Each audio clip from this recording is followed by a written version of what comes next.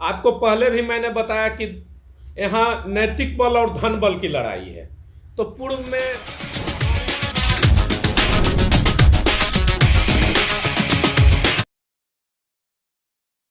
नमस्कार, मैं अतुल आदित्य। आप देख रहे हैं मगधी बेला।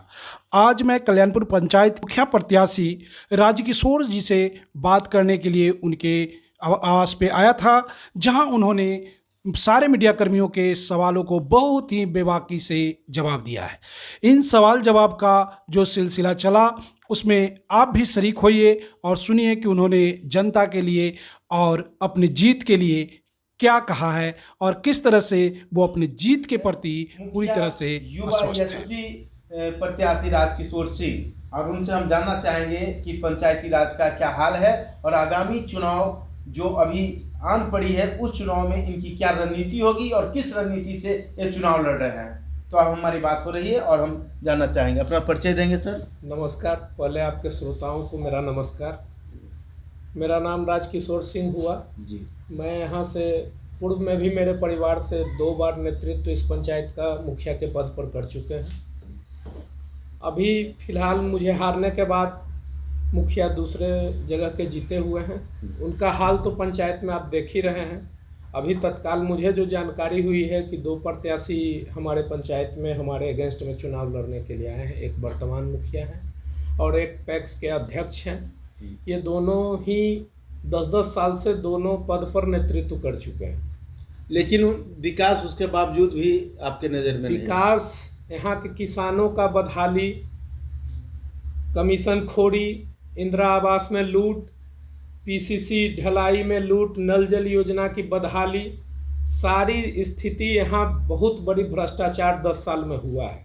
उसको ब्रेक लगाने के लिए 10 साल के बाद पुनः फिर मैं पंचायत चुनाव में आया हूँ और जनता पर पूर्ण विश्वास है, युवा साथियों पर पूर्ण विश्वास है कि फिर से मुझे जिताएंगे और नेतृत्व हमारे हाथ में देंगे। आप जैसे ही चुनाव जीतते हैं तो चुनाव जीतकर सर्वप्रथम किस मुद्दा पे काम करेंगे आप? सबसे बड़ा मुद्दा हमारा जो युवा बेरोजगारी का है।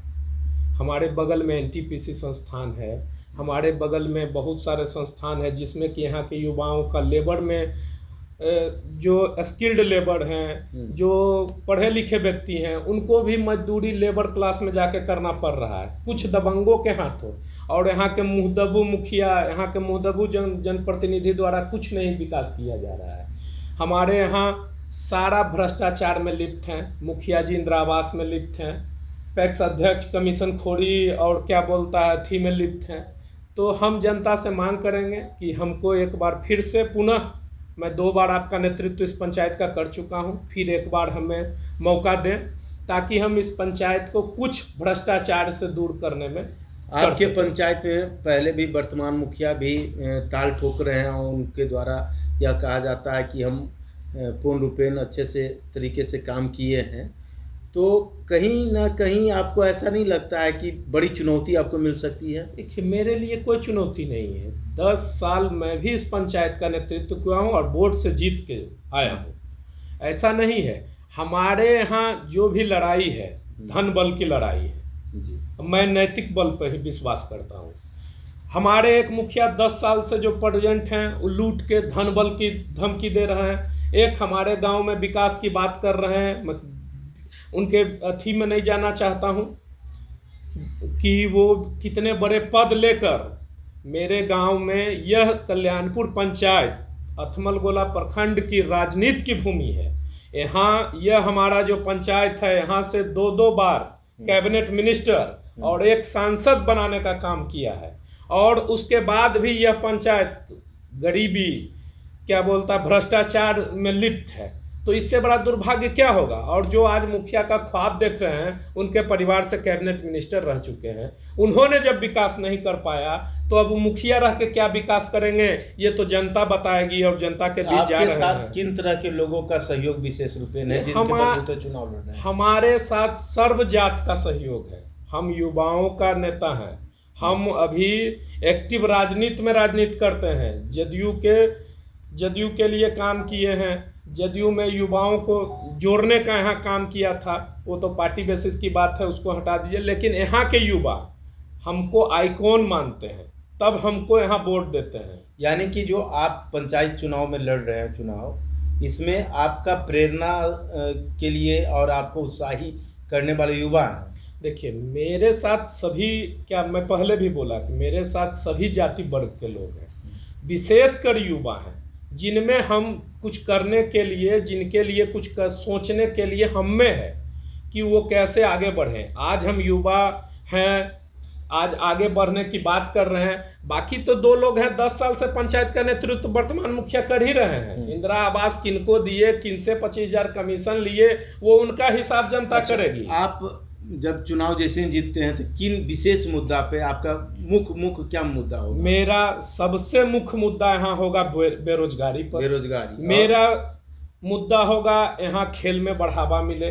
मेरा मुद्दा होगा कि युवाओं को अलग अलग क्षेत्र में अलग अलग भाषाओं का पढ़ाई मिले, ताकि यहाँ से जाकर विदेश तक की पढ़ाई करें, नौकरी कर सकें।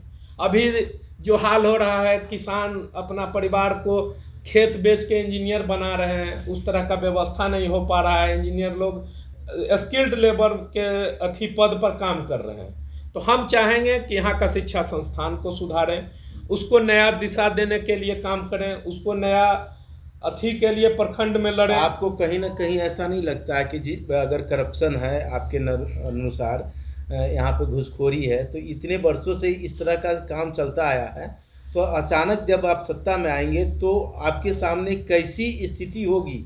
आप इस तरह का करप्शन के खिलाफ मजबूती से उतरने में सक्षम हैं? देखिए, सबसे बड़ा करप्शन प्रखंड लेवल पर ही शुरू होता है जी। प्रखंड लेवल पर जो करप्शन होता है उसमें करप्टेड मुखिया होते हैं। आज हम कह दें कि हम बहुत स्वच्छ छवि के हो जाएंगे और बहुत सुधार देंगे, यह एक बोलने की बात है, लेकिन जो काम होनी चाहिए वो नहीं हो के इंदिरा आवास में मुखिया जी अपना ध्यान भटका दे रहे हैं, पैसा अध्यक्ष महोदय धान खरीद में कमीशन में भटका दे रहे हैं। ठीक है, आपका जो विकास करने का फंडा है, जो सरकार के द्वारा संचालित योजना है, उस पर काम कीजिए। उसमें हम नहीं कह रहे हैं कि आप ठेकेदारी पट्टेदारी युवाओं में बांटिए, लेकिन युवाओं को नया दिशा दीजिए, नया दिशा के लिए प्रेरित कीजिए। इसमें तो कोई भ्रष्टाचार की बात नहीं हो रही है, लेकिन यहाँ तो है कि सीधा नल जल योजना में कहाँ हमको कमीशन मिल जाए, वार्ड मेंबर से झगड़ा हो रहा है, मुखिया जी यहाँ लूट रहे हैं। यह सब स्थिति देख के दोबारा फिर से हम पंचायत में संघर्ष में रहे ही हैं। और हमें पूर्व में मुखिया रह चुके हैं, बीच में आप गैप हो गए, हार गए, आप जनता के वो कर दिया। उस बीच आपने जनता के लिए क्या क्या किया था जब आप मुखिया नहीं थे? देखिए, हम पूर्व में हमारे परिवार से मुखिया थे जी।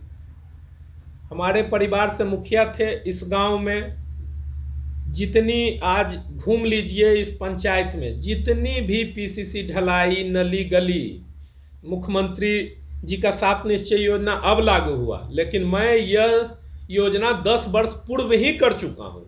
मेरे गांव में कोई नली गली की आवश्यकता नहीं थी, कोई पीसीसी की जरूरत नहीं है, मैं सारा पूर्ण कर लिया। अभी तो मुखिया जी कॉलम पूरा करने के लिए बंगला डालने चल रहे हैं।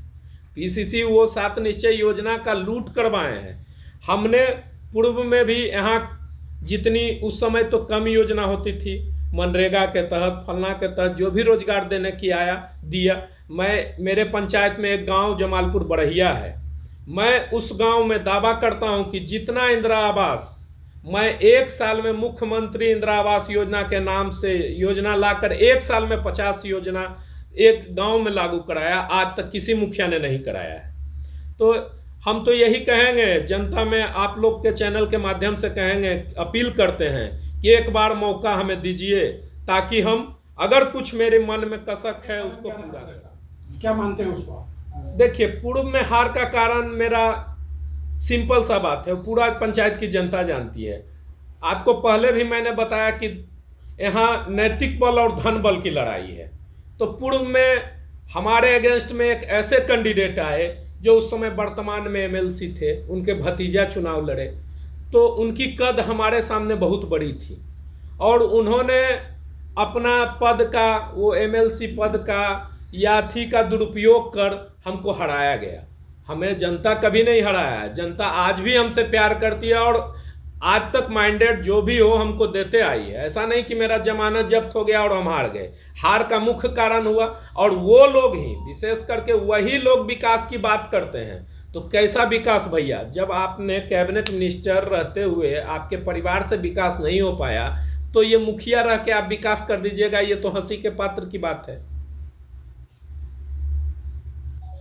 धन्यवाद। आप देख रहे थे मगधी बेला। मगधी बेला को लाइक करें, सब्सक्राइब करें और बेल आइकन को दबा दें ताकि इस तरह के समाचार आपको हमेशा मिलता रहे।